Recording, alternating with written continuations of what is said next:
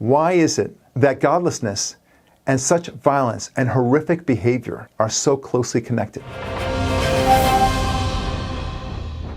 Hi folks, Barak Lurie again on the Barak Lurie Show, talking to you about Atheism Destroys, and yet another segment about Atheism Destroys. One of the chapters that I find most elucidating and actually informed me quite a bit is the connection between godlessness on the one hand and mass murderers, serial killers, drug cartels, sex trafficking, and the Mafia. What do they all have in common? Godlessness. There is an incredible correlation between the two. The kingpins and the serial killers and the mass murderers all say so themselves. Now, contrary to the mantra that you must believe yourself or have heard maybe, is that the Mafia somehow consists of people that go to church and baptize their children and give them confirmations and so forth, and otherwise appear to dutifully go to confession, and then the rest of the week they go ahead and whack each other and kill other innocent people. Not true. You may have seen that in The Godfather, but it's just not reality.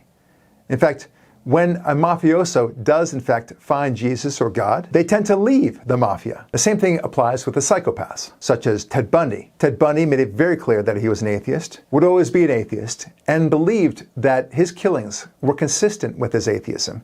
In fact, he felt he wanted to live his ideology out by killing and maiming and raping. Well, that's exactly what he did. When he told a female interviewer he saw no difference between eating a ham sandwich and maiming, murdering, and raping his interviewer. That was his ideology. He believed it very deeply. The same thing was true with Jeffrey Dahmer, who made it very clear that he did not believe in God and felt that he could do whatever he wanted to. Charles Manson, you would say he was an atheist, but he believed that he was God. So there might be a difference there. Nevertheless, he didn't believe in the God that you and I believe in the Judeo-Christian sense. Look, you'll never find someone who calls himself the Catholic butcher of New Orleans or the Hasidic slaughterer of Brooklyn. It just doesn't work that way. Why? Because such people, if they are true to their Christianity, true to their Judaism, simply don't subscribe to the notion of crime like that. Indeed, you'll be very hard-pressed to find anyone in history where you could say that he was doing his slaughtering, his maiming, his raping, his tortures, his murders in the name of God or the name of Christianity or Judaism. It just doesn't exist.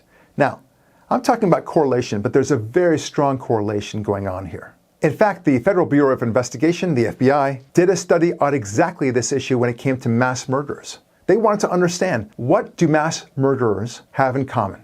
Surprise, they're all godless. Now, you may say there's a couple of people that were indicated to be associated with Christianity, but if you actually delve into it, it turns out they're not Christian at all. They were simply reported to be Christian when in fact they didn't have any Christianity in their background whatsoever. They may have been born as Christian, but that of course is not sufficient. These are facts that we have to take into account. Why is it that godlessness and such violence and horrific behavior are so closely connected? I'll tell you why. Because without God, Ted Bundy is right. There is no need for morals, and there is no notion between right and wrong.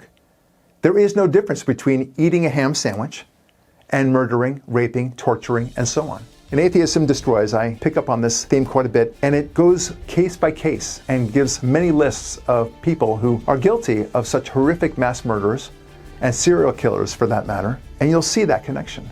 Now, does that mean or prove that there's a God? No, but it does show one thing. Godlessness, atheism, destroys. I'm Barak Lurie. We'll talk with you next week.